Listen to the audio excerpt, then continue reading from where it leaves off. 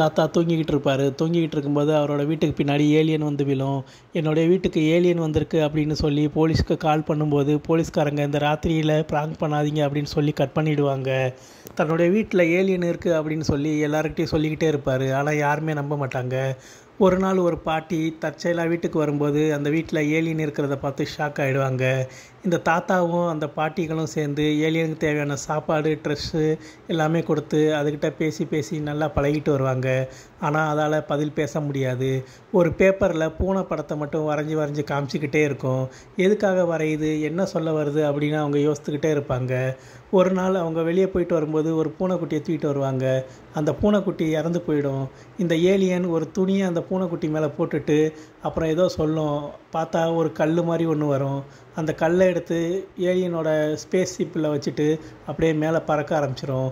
போகிறதுக்கு முன்னாடி எல்லோரையும் கூப்பிடும். ஆனால் யாருமே வரமாட்டேன்னு சொல்லிவிடுவாங்க. அதில் ஒரு பாட்டிக்கு திருடனால் பிரச்சனை வரும். இந்த ஏலியன் வந்து அந்த திருடனோட தலையை வெடிக்க வச்சிடும்.